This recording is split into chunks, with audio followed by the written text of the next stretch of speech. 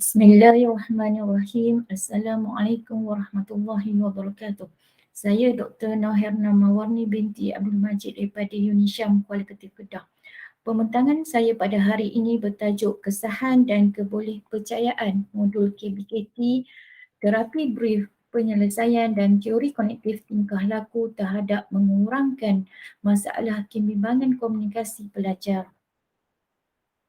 Modul ini merupakan salah satu medium pendekatan kaunseling bagi membantu pelajar peringkat pengajian tinggi yang mengalami masalah kebimbangan dan ketakutan untuk berkomunikasi dalam 4 situasi, iaitu pembincangan kumpulan, mesyuarat, komunikasi berdua dan pengucapan awam. Modul yang saya bina ini didasari oleh konsep brief, iaitu ringkas dan pendek bagi memudahkan kaunselor membantu pelajar-pelajar dalam sesi kaunseling. Kita perkenalkan dulu apa itu kebimbangan komunikasi. Kebimbangan komunikasi ini adalah satu perasaan. Dia rasa bimbang, dia rasa takut terhadap proses komunikasi yang berlaku antara dirinya dan dengan orang lain dalam situasi sosial. Situasi sosial yang saya maksudkan di sini adalah situasi berkaitan komunikasi berdua, pengucapan awam, mesyuarat dan pembincangan kumpulan. Di universiti, 4 situasi ini sering berlaku dalam sebagai seorang pelajar. Jadi cara individu merasa sesuatu terhadap komunikasinya. Jadi masalahnya ialah bukan cara bagaimana pelajar itu berkomunikasi, skill tu bukan, tetapi masalahnya ialah pelajar tidak merasa tidak selesa dengan komunikasi yang berlaku, tidak berasa yakin apabila mahu berkomunikasi atau bertindak balas, terutama dalam situasi formal seperti berjumpa dengan pensyarah, mengangkat tangan di dalam kelas, bertanya soalan, memberi idea. Jadi apabila pelajar mempunyai kebimbangan komunikasi yang tinggi, ia akan mempengaruhi tingkah laku, pemikiran dan kewarasan seseorang. Kajian menunjukkan kebanyakan pelajar di FPTA mengalami kebimbangan sosial dan salah satu faktor kebimbangan sosial ini melibatkan ketakutan untuk bersuara, ketakutan untuk memulakan perbincangan. Jadi, apakah faktor-faktor yang telah menyumbang ke dalam ketakutan ini? Pertama, perasaan takut sekiranya melakukan kesilapan. Kesilapan apa? Kesilapan ketika bercakap, ketika memberi idea di hadapan rakan-rakan dan pensyarah. Kedua, tiada keyakinan kerana terlalu menumpukan limitasi atau kekurangan diri. Apabila pelajar ni dipresent ke hadapan, mereka ni rasa mereka ni tak mampu nak present berbanding kawan dia. Bila buat study group, bila buat study pembincangan kumpulan, mereka ni kena present. Salah seorang dipilih untuk present, tetapi mereka yang mengalami ketakutan bercakap ni, mereka tidak akan berupaya untuk present kat depan. Mereka akan pass tugas ni untuk present kepada rakan mereka, tetapi tugas mereka ini di belakang tabir. Mereka ni yang bersusah payah tidak tidur menyiapkan tugasan, tetapi kawan yang present tu nampak keyakinan, nampak yakin, nampak tak takut. Jadi pensyarah akan nampak pelajar itu lebih baik daripada pelajar-pelajar yang lain. Ketakutan terhadap penilaian negatif seperti bimbang diketahukan maupun dikritik oleh individu lain sekiranya melakukan kesilapan. Jadi pelajar-pelajar ni bila present, apa yang paling dia takut ialah penilaian negatif. Penilaian negatif tu maksudnya di sini mereka menganggap pelajar, rakan-rakan yang memandang mereka present ini memandang negatif padanya, terutama dari segi percakapan, dari segi pakaian, dari segi knowledge, sedangkan itu hanya perasaan mereka sahaja. Ini 3 faktor utama, 3 faktor utama yang dikaji oleh Naimi Amara 2018 ini terbukti mengganggu komunikasi seseorang. Saya menggunakan teori kognitif tingkah laku terhadap mengurangkan kebimbangan komunikasi kerana teori ini telah dikaji oleh Maskowski sendiri, ialah pengasas kebimbangan komunikasi pada tahun 2009, di mana menggunakan penstrukturan semula pemikiran, iaitu mengurangkan pemikiran reflektif berbentuk negatif yang berlaku kepada berbentuk positif. Kedua, teknik visualisasi, di mana kita bagi latihan relaksasi, kita membayangkan perkara-perkara positif. Sebelum memulakan pengucapan, sebelum memulakan presentation, kita minta pelajar tu membayangkan apa akan jadi selepas dia present. membayangkan perasaan, membayangkan peristiwa yang positif, yang menggembirakan. Okey. Lepas tu teknik sistematik desensitisasi ni kita membantu dia mengurangkan sedikit demi sedikit masalah kebimbangan tu. Okey, masalah kebimbangan dalam komunikasi. Jadi kita tak mengurangkan secara drastik tapi sedikit demi sedikit. Apa yang paling dia takut? Itu yang kita kurangkan dulu sedikit demi sedikit. Okey. Okay, kedua, saya menggunakan gabungan terapi brief fokus penyelesaian. Okey, brief ni bermaksud ringkas. Okey, pelajar APT ni kalau jumpa pensyarah atau konselor untuk menyelesaikan masalah, mereka tak suka lama-lama. Jadi kita briefkan dia, kita ringkaskan. Kita target 6 sesi selesai.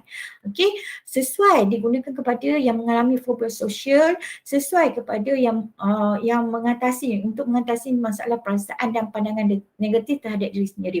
Okey, brief solution focus ni, fokus penyelesaian ni belum lagi terbukti dalam kebimbangan komunikasi. Jadi pengkaji telah menggunakan untuk membantu mengurangkan kebimbangan komunikasi. Tapi teori ini telah terbukti mengurangkan kebimbangan sosial.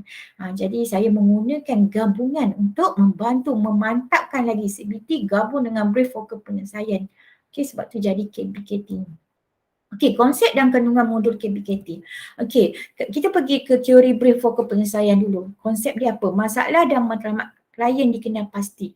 Dekat sini dia datang di sesi first, kita nak tahu apa goal dia. Selepas habis sesi apa matlamat dia. Matlamat dia nak jadi seorang yang berani yang tidak takut lagi bercakap. Kedua, kita nak mencari pengecualian dari permasalahan dia. Maksud di sini kita akan tanya dia, bilakah awak rasa selesa untuk bercakap? Bila keadaan situasi mana dia rasa lebih selesa nak bercakap. Okey, kita akan apply situasi tu ke dalam situasi yang dia takut nanti. Okey, soalan berbentuk skala di mana kita kena tahu kemajuan dia. Sesi 1 skala takut dia berapa. Bila dia datang sesi 2 skala tu bagaimana. Lepas tu berkaitan dengan soalan ajaib atau miracle question. Ataupun dalam konsep Islam dia tawakal. Kita minta dia tawakal je. Dia dah berusaha membuat slide yang cantik. Dia berusaha untuk praktis 3 minit. Tapi dia hanya berserah diri dengan solat hajat. Yakin apa yang jadi esok Allah tentukan supaya dia lebih tenang untuk hadapi hari esok. Okey, kaunselor memberi maklum balas. Ini memang konsep utama brief di mana kaunselor perlu memberi maklum balas. Walaupun berlaku sedikit perubahan, walaupun sedikit, kaunselor mesti puji dia. Sekurangnya ada juga sedikit perubahan. Okey, teori kognitif tingkah laku ini saya hanya menggunakan kita sekutukan balik cara pemikiran. Okey, yang mempengaruhi dia.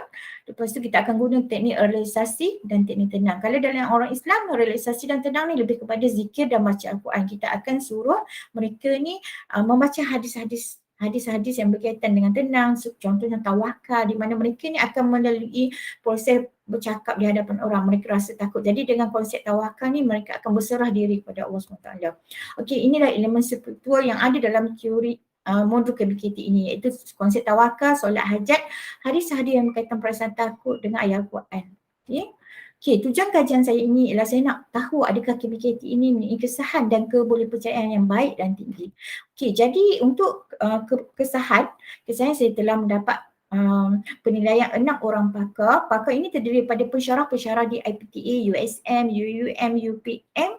Okey, mereka ini adalah profesor madya dan doktor yang telah lebih daripada 5 tahun terlibat dalam pengujian dan pengukuran statistik psikologi, kaunseling Islam, teori-teori kognitif tingkah laku dan brief, dan terlibat juga memahami situasi masalah pelajar. Hasil penilaian ini maka purata kesahan ialah 80%. Maknanya di sini kesahan ialah baik sebab melebihi 60%. Okey, untuk menguji kebolehpercayaan saya menurut Siddiq Muhammad Nur dan Jamaluddin. Okey, saya mengikut cara dia apabila mencipta soal selidik atau item-item dalam soalan Siddiq itu, saya menggunakan langkah-langkah aktiviti dalam modul. Okey, jadi langkah-langkah aktiviti dalam modul ini saya bagi soal Siddiq itu kepada 7 orang pelajar. Okey, pada test saya melibatkan 7 orang pelajar daripada universiti lain untuk try dulu modul saya ini. Selepas try, dia dah jalankan 6 sesi selama 45 minit. Okey, selepas habis sesi saya bagi soal CD ini. Dan soal CD ini mempunyai 57 soalan, ada 5 skala pilihan. Okey, saya key in dalam SPSS dan menunjukkan alpha Cron batch dia ialah 0.949. Jadi 0.949 ini ialah dikatakan baik, iaitu dia mesti memiliki 65 ke atas, 0.65 ke atas. Okey. Kesimpulannya, modul ini memiliki kesan kandungan dan isi yang baik dan boleh dipakai sebagai alat dalam intervensi kaunseling bagi membantu pelajar yang mengalami masalah kebimbangan komunikasi. Oleh itu, modul KBKT ini sangatlah penting kepada pelajar sebab dia dapat membantu mengurangkan perasaan. Kita nak bantu mengurangkan perasaan dulu. Kita tak nak fokus kepada bagaimana dia skill dia tu. Okey, sebab apabila kita bantu perasaan dia, kita ajar dia cara relax, kita ajar dia cara berani, baru mereka ni berani ke depan. Sebab mereka ini kalau ada kebimbangan, automatik kebimbangan ini yang menghalang untuk dia ke depan. Okey, sebab apa? Mindset kata dia tak boleh. Jadi automatik tingkah laku ini akan berhenti untuk bertindak.